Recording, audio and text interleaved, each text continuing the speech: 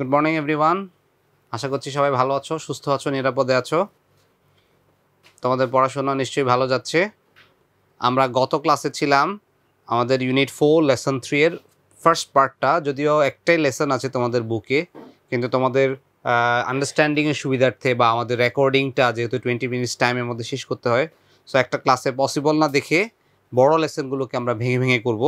ঠিক তেমনি new generation নামে যে চ্যাপ্টারটা আছে তোমাদের লেসনটা, ইউনিট 4 এর লেসন 3, ওখানকার পার্ট 2 যেটা এক্সারসাইজ, বিশেষ করে আমাদের কোয়েশ্চেন আনসার আছে, ম্যাচিং আছে, ফিল ইন দ্য ব্ল্যাঙ্কস আছে, সেগুলো নিয়ে আজকে ডিসকাস করব। ওকে, তাহলে আমার সাথে তোমাদের টেক্সট বুকের পেজ নাম্বার 33 ওপেন করো। Let's start our today's class. এখানে দেখো প্রথমেই যে কোয়েশ্চেনটা দেওয়া আছে, answer the following questions based on your reading of the passage. তোমরা তো প্যাসেজটা পড়েছো, তাই না? আমরা গত ক্লাসে প্যাসেজটা পড়েছিলাম। তারপরেও আমি তোমাদেরকে বলবো কোয়েশ্চেন আনসারে যাওয়ার আগে আবার তোমরা প্যাসেজটা পড়ে নিবে, তাহলে তোমাদের বুঝতে অনেক বেশি সহজ হবে, তোমরা খুব সহজেই বুঝতে পারবে, বোধগম্য হবে। ওকে, সো দেখো কোয়েশ্চেন হচ্ছে, what does generational naming refer to? আমরা জানি যে আমাদের এই ইয়াং জেনারেশনকে বিভিন্নভাবে নামায়িত করা হয়, ঠিক আছে? একটা হচ্ছে আলফা জেনারেশন, তারপর জেনজি, আমরা এটা নিয়ে গত ক্লাসে পড়েছিলাম। সো এখানে দেখো বলেছে যে জেনারেশনাল নেমিংটা বলতে কি বোঝায়, why do people name different generations, আর কেনই বা নাম দেয়া হয়, এভাবে আলাদা আলাদা করে কেন নাম দেয়া হয়? এটা আসলে বেসিকলি সময়ের প্রেক্ষাপটে, তারপর হচ্ছে ইয়াংদের ক্যারেক্টারিস্টিকের ধরন দেখে বিভিন্নভাবে। আমরা একটু দেখি। Generational naming means giving names to groups of people born in certain time periods like Generation Z or Millennials. People name generations to understand their shared experiences, like how they grew up, what challenges they faced, and how they shaped the world. মানে thinking level থেকে শুরু করে তাদের code of conduct, তাদের behaviour, তাদের choice, হ্যাঁ, এটার সাথে সাথে জেনারেশনের নামটাও চেঞ্জ হয়। সো আমরা পেয়ে গেলাম কোয়েশ্চেন 1-এর আনসার। এটা যদিও তোমাদের বইতে দেয়া ছিল না, আমি বইয়ের হেল্প নিয়ে তোমাদেরকে একটু গাইড করার চেষ্টা করেছি। সো আই হোপ তোমরা ফলো করবে। So what does generational naming refer to? Generation naming means generational naming refers to giving names to groups of people born in certain time periods, like এগুলো example দেওয়ার জন্য generation G or millennials, আমরা এটাকে Z বলবো না, জি বলবো। ওকে, so why do people name different generations? People name different generations to understand their shared experiences, তারা কি ধরনের এক্সপিরিয়েন্স শেয়ার করে, like how they grew up, তারা কীভাবে বড় হয়েছিল, হোয়াট চ্যালেঞ্জেস দে ফেসড, তাদের সময় কেমন আচার আচরণ করতো মানুষজন, বা তারা কী ধরনের সমস্যাগুলোর সম্মুখীন হয়েছিল, and how they shape the world, পৃথিবী সম্পর্কে তাদের থিঙ্কিংটা কেমন ছিল, তারা কিভাবে তাদের সময়টা পার করেছে, কিভাবে তাদের ফুড হ্যাবিটটা কেমন ছিল। যেমন আমরা যদি বলি, হ্যাঁ, 90s জেনারেশন যারা, আমরা ছোটোবেলায় টেলিভিশনই ছিল আমাদের মেইন সর্ট অফ এন্টারটেইনমেন্ট। হ্যাঁ, আমরা বড় জোর টিভি দেখতে পারতাম, কিন্তু এখনকার বাচ্চারা ইন্টারনেটের যুগ, তাই না? তো ওরা ইন্টারনেটের সর্বোচ্চ ব্যবহারটুকু নিশ্চিত করতে চায়। ইভেন তারা অনেক সময় এরকমও হয়, যেমন ওরা খাওয়ার সময় আমি দেখি আমার ছোট বাচ্চাদের ক্ষেত্রে যেটা হয়, ওরা কার্টুন না চালালে খাবার খাবে না।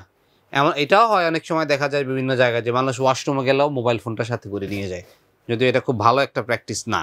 ওকে, so next one question was a describe one unique characteristic or challenge of the current generations, মানে যেটাকে আমরা জেন জি বলি, তাই না? জেনারেশন জি। হ্যাঁ, আমরা জানি যে আমাদের যে রিভলিউশন হলো কিছুদিন আগে, ইয়াংরা যে রিভলিউশনটা করলো, ঠিক আছে, আমাদের পলিটিক্যাল একটা টার্মোয়েল ছিল। সো এই সময়টায় জেন জি কিন্তু খুব প্রায়র একটা রোল প্লে করেছিল, তারা একটা মুখ্য ভূমিকা পালন করেছিল। সো এটার কারণ হচ্ছে এখন মানুষ অনেক বেশি অধিকার সচেতন, মানুষকে এখন আর কোনো কিছু দিয়ে কনফাইন করে রাখা যায় না। কারণ একজন শিক্ষক যদি ভুল পড়ান, স্টুডেন্ট কিন্তু বাসায় গিয়েই ক্ল্যারিফাই করতে পারে শিক্ষক আসলে সঠিকটা পড়িয়েছেন নাকি ভুল পড়িয়েছেন। সো দেখো, এই যে এখানে আর্টিফিশিয়াল ইন্টেলিজেন্স আছে এখনকার দিনে। সো তুমি যে কোনো প্রশ্ন করলে তোমার প্রশ্নের উত্তর সে তোমাকে প্রিপেয়ার করে দিবে। তার মানে এখন আর কেউ বোকা থাকবে না, সবাই যদি তার নলেজটাকে প্রপারলি ইউটিলাইজ করতে পারে তাহলে সে তার ফিল্ডে সাকসেসফুল হবে। So also one unique thing that Generation Z is that they grew up with the internet and social media, তাই না? আগেকার দিনে বললাম না, আমাদের সময় ছিল রেডিও, আমাদের আগের জেনারেশন মূলত রেডিও শুনতো, আর আমরা আরেকটু লাকি সেই দিক দিয়ে আমরা একটু টেলিভিশনের ছোঁয়া পেয়েছিলাম। কিন্তু এখনকার যুগের বাচ্চারা সেটা হচ্ছে ইন্টারনেটের যুগ, তারপর সব ধরনের সোশ্যাল মিডিয়া, ফেসবুক, টুইটার, তারপর হোয়াটসঅ্যাপ, ভাইবার, তারপরে ইনস্টাগ্রাম, আরও বিভিন্ন ধরনের সোশ্যাল মিডিয়া, সোশ্যাল নেটওয়ার্কিং আছে। দেখা যায় যে কারোর সাথে কারো দেখা হয় না, কিন্তু virtually they are friends. They are very good with technology, but they often feel lonely or stressed because of too much information and pressure. So তুমি ফেসবুক স্ক্রল করলে বিভিন্ন দেশের বিভিন্ন দেশ বিদেশের খবর পেতে পারো। আবার অনেক সময় আমরা ভীতিকর কোনো খোঁজ খবরও পেতে পারি। আর্থকুয়েক হয়েছিল, কোনো একটা অ্যাক্সিডেন্টের খবর পেতে পারি, যেগুলো আমাদের জন্য অনেক সময় মেন্টাল স্ট্রেস বয়ে নিয়ে আসে। সো এটা হচ্ছে এখনকার যুগের জেনারেশনের বা জেনজি জেনারেশনের ক্যারেক্টারিস্টিক। নেক্সট ওয়ানে আসি, বলছে what do you know about the legacy of generational struggles in Bangladesh, describe in brief. প্রশ্নটা দেখো খুব খেয়াল করে, বলছে what do you know about the legacy of generational struggles in Bangladesh. বাংলাদেশের জেনারেশন স্ট্রাগলের লিগেসিটা সম্পর্কে তুমি কি জানো, describe in brief. In Bangladesh each generation has worked hard for many countries progress, তাই না? সো বলেছে in Bangladesh each generation has worked hard for the countries progress. আমাদের দেশের উন্নতির জন্য প্রত্যেকটা জেনারেশনই কী করে, কাজ করে যায়, তাই না? The people of 1971 fought for freedom, তাই না? আমরা জানি যে 1971 সালে কি লক্ষ লক্ষ মানুষ, 3 মিলিয়ন বা 30 লক্ষ শহীদ হয়েছিলেন, তাই না? আবার মানে মানুষের সংগ্রামের কথা এখানে মূলত বলা হয়েছে, মানুষের যে ত্যাগ, সুপ্রিম স্যাক্রিফাইস আমাদের ফ্রিডম ফাইটারদের, সেটার কথা এখানে বলা হয়েছে। আবার দেখো and in the 1980 they work for democracy. আবার 80 দশকে এসে দেখা গেছে কি স্বৈরাচারের বিরুদ্ধে কি মানুষ সংগ্রাম করেছিল। রিসেন্টলি যেটা করেছিল 2024-এ, সেটাও সেম ডেমোক্রেসির জন্যই মানুষের কি প্রথমে কোটা নিয়ে শুরু হলো, তারপর কোটাটা আস্তে আস্তে এক দফায় চলে গেল, হ্যাঁ, ওয়ান পয়েন্ট ডিমান্ড যেটাকে বলা হয়। সো আস্তে আস্তে দেখা গেল যে মানুষ অনেক বেশি অধিকার সচেতন। Like during the 2018 road safety protest and the 2024 July uprising, যেটা আমি বলেছিলাম। 2018 সালে এসেছিল প্রথমে কি নিরাপদ সড়ক চাই নামে একটা আন্দোলন হয়েছিল। সেখানেও কিছু ছেলেপেলে মানে একটা রোড অ্যাক্সিডেন্টের ঘটনা কেন্দ্র করে জিনিসটা হয়েছিল। ঢাকার ক্যান্টনমেন্টের রুমিজউদ্দিন স্কুলের 3-4 জন ছাত্র মারা গেল। তারপর এটাকে কেন্দ্র করে অনেক বড় ধরনের সারা দেশে এই আন্দোলনটা মানে প্রথমে হচ্ছে নিরাপদ সড়ক চাই আন্দোলনটা ছড়িয়ে পড়লো, তারপর আসলো কোটা সংস্কার আন্দোলন। কোটা সংস্কারের প্রেক্ষাপটে গিয়ে জুলাই আপরাইজিং হলো। আমরা জানি যে এখানে প্রায় 2000-এর মতো মানুষ শহীদ হয়েছিল, ইনক্লুডিং চিলড্রেন, শিশুসহ। ওকে, সো এই হচ্ছে ঘটনা। এবারে আমরা এসে দেখি why is good governance important for meeting the needs of new generations. Definitely good governance, যারা রাষ্ট্র পরিচালনা করবেন তারা যদি আমাদের সন্তানদের কথা, আমাদের নেক্সট জেনারেশনের কথা মাথায় না নেন, তাদের দুঃখ দুর্দশা না বোঝেন, তাদের কি চাওয়া সেটা যদি পূরণ করতে না পারেন, হ্যাঁ, তাদের ডিমান্ডগুলো যদি ফুলফিল করতে না পারেন, তাহলে তো আসলে আমরা সুস্থ একটা জাতি পাবো না, তাই না? So good governance is important because it helps solve problems and make fair decisions. একটা হচ্ছে প্রবলেম সলভিংয়ের জন্য, সমস্যা তো থাকবেই, তাই না? একটা মানুষের মাথা ব্যথা হয়, তার মানে তো এই না যে মাথা ব্যথার সমাধানের জন্য আমি মাথাটা কেটে ফেলবো। It is not the situation. সমস্যা হচ্ছে সেটাকে সমাধানের পথ বের করতে হবে। সো সেটাই বলেছে যে because it helps solve problems and make fair decisions, এবং ডিসিশনের ক্ষেত্রে কোনো ধরনের বায়াসনেস করা যাবে না, কারো পক্ষপাতিত্ব করা যাবে না, যেটা ন্যায়, যেটা সঙ্গত সেটাই করতে হবে। It can create better opportunities for young people, support their dreams and ensure they can live in a world that works for everyone. হ্যাঁ, এটা শুধুমাত্র বিশেষ একটা শ্রেণীর জন্য হবে না, এটা সমাজের সুবিধাবঞ্চিত অবহেলিত মানুষ যেন কি মানে আইনের আশ্রয়টা পেতে পারে, সে যেন ন্যায় বিচারটা পায়, সেটা এনশিওর করতে হবে। It can create better opportunities for young people, specially যারা ইয়াং, তারা যেন পড়াশোনা শেষে তাদের যোগ্যতা অনুসারে কাজের সুযোগ পায়, সেটা একটা। সাপোর্ট দেয়ার ড্রিমস, তারা যেন তাদের স্বপ্নটাকে কি করতে পারে, ফুলফিল করতে পারে, ড্রিমটাকে ফুলফিল করতে পারে। And ensure they can live in a world that works for everyone, তারা এমন একটা পৃথিবী চায় যে পৃথিবীটা সবার জন্য সমান অধিকার নিশ্চিত করতে পারে। ওকে, সো আমরা আসলে এটাই আশা করি, আমাদের এটাই এক্সপেকটেশনস। আমরা চলে যাচ্ছি ম্যাচিংয়ে। এখানে দেখো match the words with their correct definitions. আমাদের এখানে ওয়ার্ডগুলো দেয়া আছে, এগুলোকে আমরা সাজিয়ে লিখব। ওকে, লেটস স্টার্ট। প্রথমটা হচ্ছে রিটোরিক। রিটোরিক মানে হচ্ছে কি কাব্যিক, আমরা বলতে পারি কাব্যিক, বা আমরা বলি না যে অলঙ্কৃত করা, হ্যাঁ, অলঙ্কৃত করা। সো রিটোরিক মানে হচ্ছে কাব্যিক। আর এখানে মিনিংয়ে কি দেওয়া আছে দেখি, এটা হচ্ছে কারেক্ট ডেফিনিশন আমরা ফাইন্ড আউট করবো। আর প্রথমটা আছে paradoxical situation where two opposite conditions exist simultaneously. এমন একটা অবস্থা যেমন বলে যে উপরে মানে ডাঙায় বাঘ আর জলে কুমির। সো এখন তুমি কি করবা, তুমি উভয় সংকটে পড়েছো, এটাকে বলে আমরা একটু বের করব। হ্যাঁ, paradoxical situation where two opposite conditions exist সিমুলটেনিয়াসলি।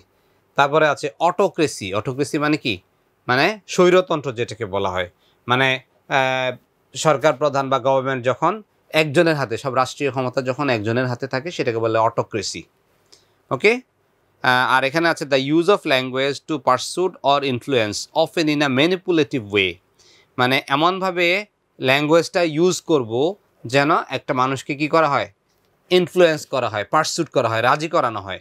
Often in a manipulative way, এমনভাবে করব যেন সে নিজের ইচ্ছায় করতেছে। আর কনসাসনেস, আর ওখানে আছে a system of government where power is held by one person with absolute authority. Consciousness মানে আমরা জানি সচেতনতা। আর পাশে যে মিনিংটা দেয়া আছে, যদিও এটা আমরা চেঞ্জ করে করব আর কি, ম্যাচ করে করব। আর system of government where power is held by one person with absolute authority, একজনই সর্বময় ক্ষমতার অধিকারী, এরকম। এবার আছে দেখো প্যারাডক্স, এটা আমরা একটু আগে বলেছিলাম। আর ওখানে আছে awareness or understanding of something specially the state of one's mind. Okay, একটা মানুষের মনের অবস্থাটা জানা, মানে সচেতনতা যেটাকে বলে। এবার আছে ফ্রাস্ট্রেশন, আর আছে the feeling of being upset or annoyed. The feeling of being upset or annoyed specially because of an inevitability to change or achieve something. আমি খুবই সরি, এটা একটু নিচে চলে গেছে, আমাদেরকে কনসিডার করতে হবে, এছাড়া আসলে কোনো অপশন নাই। সো দেখো, তার মানে ফ্রাস্ট্রেশন মানে যে কি সেটা এখানে বোঝাই যাচ্ছে। The feeling of being upset, এটাই হচ্ছে ফ্রাস্ট্রেশন, মানে কোনো কিছুতে মন খারাপ করে ফেলা, সেটাই তো ফ্রাস্ট্রেশন, তাই না? রিটোরিক ছিল কি, রিটোরিক হচ্ছে দ্য ইউজ অফ ল্যাঙ্গুয়েজ, এই যে এটা হচ্ছে রিটোরিক। এবার আছে অটোক্রেসি, হচ্ছে আ সিস্টেম অফ গভর্নমেন্ট, এটা হচ্ছে অটোক্রেসি। আর কনসাসনেস হচ্ছে awareness or understanding of something. তাহলে প্যারাডক্স হবে আ প্যারাডক্সিক্যাল সিচুয়েশন, এটা হচ্ছে প্যারাডক্সিক্যাল সিচুয়েশন। হ্যাঁ, প্যারাডক্স, তুমি কি করবা, কিং কর্তব্য বিমূঢ়, বাংলায় বলে কিং কর্তব্য বিমূঢ়, মানে তুমি কি করবে, you can't decide, understand. So তুমি যেটা করো সেখানেই তোমার প্রবলেম। সো এই প্রবলেম থেকে সলিউশনের পথ খুঁজে বের করতে হবে। ওকে, আমরা চলে যাচ্ছি আমাদের নেক্সট আইটেমে, ফিল ইন দ্য গ্যাপস। এখানে আমরা দেখতে পাচ্ছি ফিল ইন দ্য গ্যাপসে কী আছে, একটু ব্লারি হয়ে গেছে আসলে, এটা আমাদের স্ক্রিনশট নেওয়া পিকচার, সো একটু ব্লারি হয়ে গেছে, আমি এই জন্য ক্ষমা প্রার্থী তোমাদের কাছে। তোমাদের বুক যেহেতু আছে, তোমরা বই থেকে খেয়াল করে করতে পারো। ফিল ইন দ্য গ্যাপসে বলেছে fill in the blanks using the word from the list below. আমাদের শব্দগুলো দেয়া আছে। লস্ট জেনারেশন মানে যেই জেনারেশনটা হারিয়ে গেছে, লস্ট জেনারেশন। জেনজি, যেটা হচ্ছে এখনকার দিনের বাচ্চারা, জেনজি। পলিটিক্যাল, রাজনৈতিক। ডিজিটাল, আমরা যেটাকে বলি ডিজিটাল বাংলাদেশ, একটা প্রচলিত কথা ছিল ডিজিটাল, মানে ডিজিট বেসড। হ্যাঁ, মডার্ন। কানেক্টেড, কানেক্টেড মানে কি, কানেক্টেড থাকা, বলে না স্টে কানেক্টেড, মানে যোগাযোগ রাখা, এটাকে বলে কানেক্টেড, যোগাযোগের মধ্যে থাকা। তাহলে দেখো, the term dash refers to the generation affected by the aftermath of world war one and the great depression.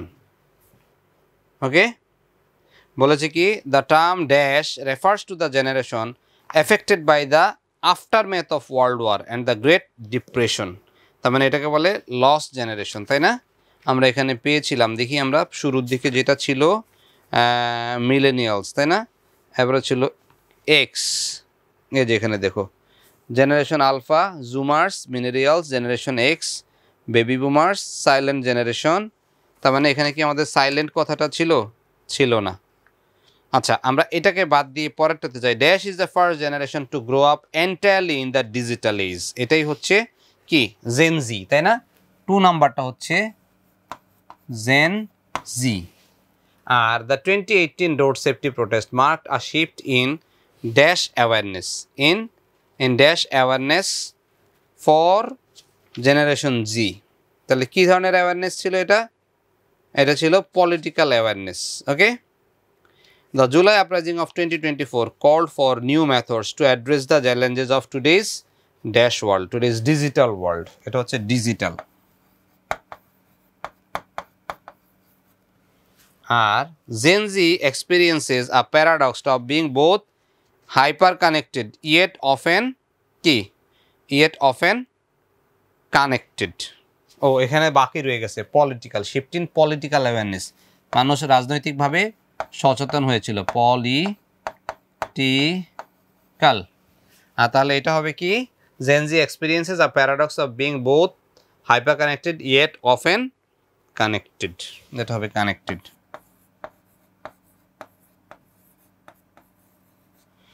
তাহলে আগেরটা কি হবে, দ্য টার্ম লস্ট জেনারেশন। হ্যাঁ, আমরা এখানে লস্ট জেনারেশন লিখব। লস্ট জেনারেশন বলতে কাদের বোঝায়?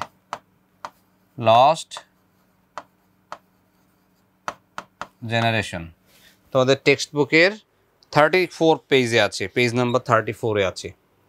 সো আমরা পেয়ে গেলাম আমাদের আনসার। প্রথমটা ছিল the term lost generation refers to the generation affected by the aftermath of world War 1 and the great Depression. দেখো, ওয়ার্ল্ড ওয়ার 1 যখন হয়েছিল, ফার্স্ট ওয়ার্ল্ড ওয়ার হয়েছিল কততে? একবার 20th সেঞ্চুরির শুরুর দিকে, তাই না? সো তখনকার দিনের মানুষ কি ছিল, তখনকার দিনের মানুষের মনের ভাবনাটা কি ছিল, হ্যাঁ সেটা দেখো। সো এই যে এখানে গ্রেটেস্ট জিআই জেনারেশন, এই যে এটা হচ্ছে 1901 থেকে 1927, মানে 1901 টু 1927। সো জিআই জেনারেশনকে তুমি আবার লস্ট জেনারেশন, এই যে দেখো, the idea of naming generations started in the early 20th century with the lost generation. This referred to those who suffered the aftermath of World War I and the Great Depression. World War I-এ এত মানুষ মারা গিয়েছিল, তাই না? আমরা জানি দুইটা বিশ্বযুদ্ধ হয়েছিল, একটা হচ্ছে World War I আর একটা হচ্ছে World War II। তার মানে World War I যখন হয়েছিল তখন ব্যাপক ধ্বংসলীলা হয়েছিল, ব্যাপক হত্যাযজ্ঞ হয়েছিল, তাই না? সো দুইটা ওয়ার্ল্ড ওয়ারই কিন্তু কোনো মানে যুদ্ধ কখনো শান্তি বয়ে নিয়ে আসতে পারে না। সো এটা হচ্ছে power of exercise of power, মানে মানুষের কার কত ক্ষমতার একটা মানে প্রদর্শনী, বুঝতে পেরেছো? এখনও আমরা বিভিন্ন যুদ্ধ বিগ্রহ দেখতে পাই, যেমন ধরো তোমার প্যালেস্টাইনে যুদ্ধ হচ্ছে গত 2 বছর ধরে, খুব মানে ব্যাপক আকারে যুদ্ধ হচ্ছে। ওরা তো সেই 1950-র দিকে যখন সেকেন্ড ওয়ার্ল্ড ওয়ারের পরে যখন ইহুদিদেরকে জেরুজালেমে এনে তাদের বসতি স্থাপন করা হলো, তারপর থেকেই তাদের বিরুদ্ধে অন্যায় অত্যাচার শুরু হয়ে গেল। দেখো, নিজের ভূমিতে নিজেই এখন ভিনদেশি, তাই না? সো এই জিনিসগুলো আমাদেরকে খুব বেশি অধিকার সচেতন হতে হবে। আমরা চেষ্টা করব আমাদের চারপাশটাকে সুন্দর রাখার, ভালো রাখার, অন্যের প্রতি স্যাক্রিফাইসিং হওয়ার, কিন্তু আমরা সবার আগে এনশিওর করবো আমরা আমাদের রাইটটা যেন আমরা পরিপূর্ণভাবে এনজয় করতে পারি, ঠিক আছে? সো তাহলেই আমরা পারবো আমাদের সুন্দর একটা আগামীর ভবিষ্যৎ নিশ্চিত করতে। সো এই শুভকামনা নিয়েই শেষ করতে হচ্ছে আমাদের আজকের ক্লাস। আমরা পরবর্তী ক্লাসে শুরু করব হুজ চাইল্ড ইজ দিস, এই টপিকটা নিয়ে। সো তোমরা একটু যদি পসিবল হয় তোমরা নিজের থেকে আগে পড়ে আসো, যেহেতু এটা একটা poem. I will discuss with you in detail পোয়েমের থিম, সামারি, এগুলো নিয়ে কথা বলবো। সো ততক্ষণ পর্যন্ত সবাই অনেক অনেক ভালো থেকো, সুস্থ থেকো, খোদা হাফেজ।